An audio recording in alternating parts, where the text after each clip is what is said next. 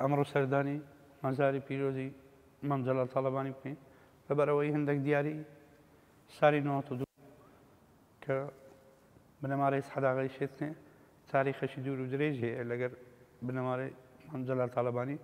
ئەو دیاریانم پێ باش بوو بینم و کە مام جەلال وەختی خۆی دابوو کەس و کاری من و مامنی منەوە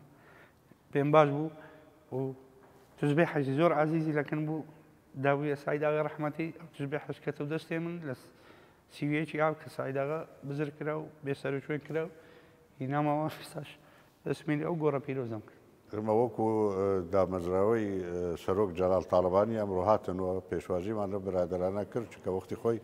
بڵاومان کردبوو داوامان لە هەموو کەسان و ئەوانەی کە دۆستایەتی و برادەرەتیان لەگەڵ مام جەلال هەبوو چیان چ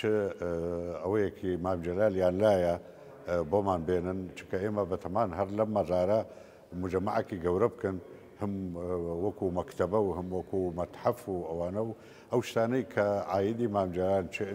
چ ئەوانەی لە ماڵی خۆی ماوە چ ئەوانەی لای خەڵکە ئەنجا لە ئەوانەی بیرەوەریەکان بن یان ڕەسم بن یان حتا ڤیدیۆ حتاوانە بهێنن ئێمە لەو مەتحەفە داێنن بە ناوی ئەوان و ئەمڕۆ ئەوە برادران ڕەهاتن و تەسبیحێکیان هێنا کە تەسبیحێکی تاریخیە